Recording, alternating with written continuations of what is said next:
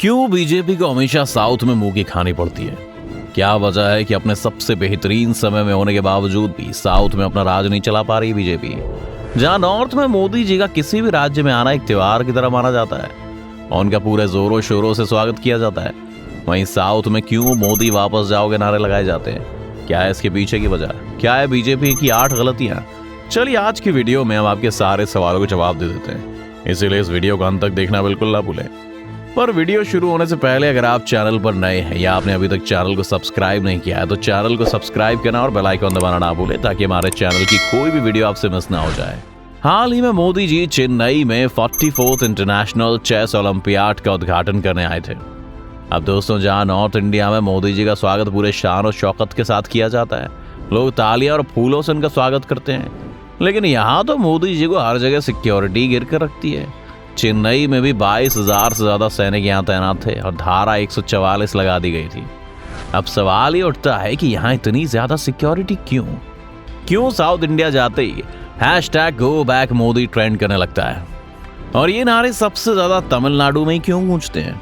तो दोस्तों, साल की शुरुआत में पॉलिटिक्स स्ट्रेटेजिस्ट प्रशांत किशोर ने कहा कि उड़ीसा, तेलंगाना, बिहार, वेस्ट बंगाल, तमिलनाडु और आंध्र प्रदेश, इन सभी राज्यों की कुल विधानसभा सीटें लगभग 200 हैं और यहाँ बीजेपी अपने सबसे अच्छे समय यानी मोदी लहर के बावजूद भी 50 से ज्यादा सीटें नहीं ला पाई है। इसीलिए अगर बीजेपी को हराना है तो कांग्रेस को यहाँ जीत दर्ज करनी बहुत जरूरी है।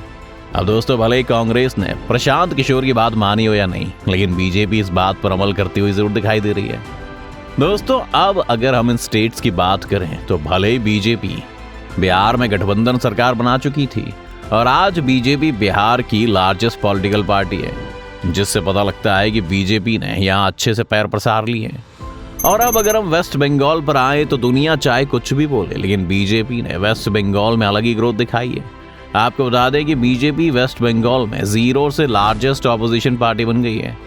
अगर हम वहीं सीट की बात करें तो जहां 2016 में वेस्ट बंगाल में बीजेपी ने 7 सीटें दर्ज की थी, वहीं 2021 में बीजेपी ने 77 सीट पर जीत हासिल की थी और वो भी सिर्फ 5 सालों में। आपको बता दें कि ममता बनर्जी को भी 30 साल लगे थे वेस्ट बंगाल में अपना सिक्का जमाने के लिए।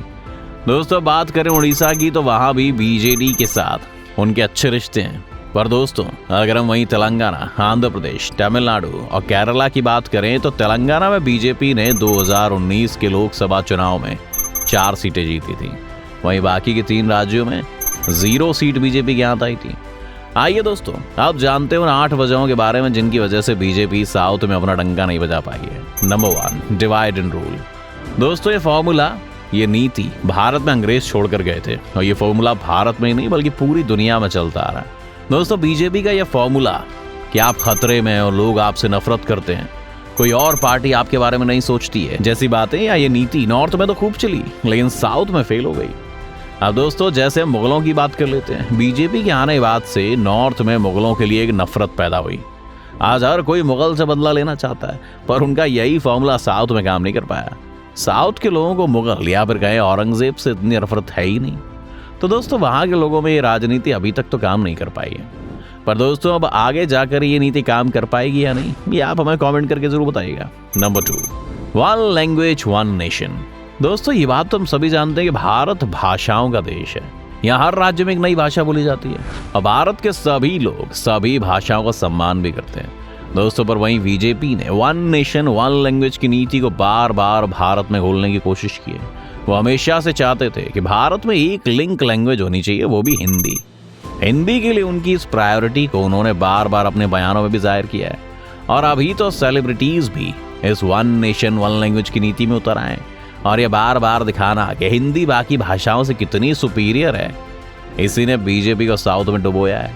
अब दोस्तों, बीजेपी की इस 1 नेशन 1 लैंग्वेज की नीति को साउथ में वहां के लोगों की इंसल्ट की तरह देखा जाता है। साउथ में हिंदी की इस प्रायोरिटी को साउथ के लोग अपनी आइडेंटिटी के खिलाफ समझते हैं। 1 नेशन 1 लैंग्वेज की नीति की किसी भी बात से साउथ इंडिया के लोग उत्तेजित हो जाते हैं और उनकी इस नीति ने साउथ के लोगों को उन्हें ना वोट देने की एक और वजह दे दी। Number 3, limited seats. तो दोस्तों, अब आगे बढ़ते हुए हम वीडियो में तीसरी वजह की बात करें तो वो है लिमिटेड सीट। दोस्तों, अगर हम साउथ के राज्यों की बात करें तो वहाँ सबसे ज़्यादा विधानसभा सीट तमिलनाडु के पास है तमिलनाडु में विधानसभा सीट का कुल नंबर 39 है, पर यूपी और बिहार में इसकी डबल विधानसभा सीट है। इसलिए पार्टी के बड़े नेता यूपी और बिहार जैसे राज्यों में सिमट कर रह जाते हैं और साउथ के इन राज्यों पर ध्यान नहीं दे पाते। वो जितना प्रचार, जितनी मार्केटिंग इन राज्यों में कर पाते हैं, उतनी तो साउथ में नहीं कर पाते। अब दोस्तों, बात तो वही निकल कर आई ना कि जितनी मेहनत बीजेपी सरकार ने महाराष्ट्र की सीट पर लगाई, अगर उतनी ही मेहनत साउथ में की जाती तो शायद आज नतीजे कुछ और होते। Number 4, literacy. दोस्तों, अब ये बात तो हम जानते हैं कि साउथ में लिटरेसी रेट या साक्षरता दर सबसे ज्यादा है और शायद यही बीजेपी के रास्ते का पत्थर भी बन गया है, क्योंकि यहाँ बाकी राज्यों के मुकाबले राजनीति काफी अलग तरीके से होती है। क्योंकि यहाँ के लोग जुमलों में विश्वास नहीं रखते हैं, वो सीधा सवाल पूछते हैं। बेरोजगारी जैसे सवालों में वो हमेशा सरकार को घेरे रखते हैं। दोस्तों, और ये बातें हम हवा में नहीं कर रहे हैं, बल्कि ये बात तो खुद बीजेपी के एमएलए श्री राजगोपाल ने कही है कि केरला की 90% एजुकेशन रेट हमारे लिए एक समस्या बन गई है। ये लोग हमसे सवाल पूछते हैं, बहस करते हैं। Number 5, no big leader. दोस्तों, अब यहाँ एक और समस्या आती है कि साउथ के लिए बीजेपी के पास कोई बड़ा नेता नहीं है और साथ में तेजस्वी सूर्या को छोड़कर साउथ के किसी भी लोकल नेता को ये नेता नेशनल लेवल पर प्रमोट नहीं करते हैं। और ऐसा ही हो रहा है साउथ के लोगों के साथ, वो बीजेपी के किसी भी नेता के साथ जुड़ाव महसूस नहीं कर पा रहे हैं। अब साउथ के लोगों को एक ऐसा नेता चाहिए जो उनकी भाषा में उनसे बात करे, उनका नेशनल लेवल पर कोई रुतबा हो, जो अभी तो वो बीजेपी के किसी भी नेता में नहीं देख पा रहे हैं।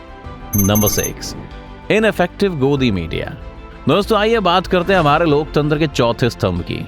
जी हाँ दोस्तों, सही समझा आपने, हम बात करें मीडिया की। किसी भी पार्टी को उठाने या गिराने में मीडिया का बहुत बड़ा हाथ होता है और यही सरकार के लिए भी सबसे इंपॉर्टेंट पहलू माना जाता है। अब दोस्तों, मीडिया हिंदी और इंग्लिश चैनलों पर तो मोदी की सत्ता को मजबूत कर रही है, लेकिन ऐसा कुछ क्षेत्रीय भाषा यानी कि रीजनल मीडिया में चलता हुआ दिखाई नहीं दे रहा है। और यही वजह है कि साउथ तक में उनकी नीतियां अच्छे से कम्युनिकेट ही नहीं हो रही हैं। दोस्तों, हम यही कहेंगे कि जिस मीडिया ने पूरे देश को हिला दिया, वो साउथ में कमाल नहीं दिखा पा रही है। Number 7, celebrity power. तो दोस्तों, जैसे बीजेपी के चाहने वाले आपको बॉलीवुड में मिल जाएंगे, लेकिन हम साउथ इंडस्ट्री में ऐसा कोई भी बीजेपी का सगा नहीं ढूंढ पा रहे हैं।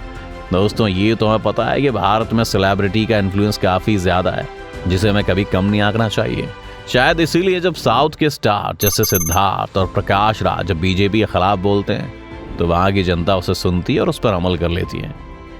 Number 8, praising of leaders. तो दोस्तों, हमने अक्सर बीजेपी के मुंह से सावरकर और पटेल जी का नाम सुना है।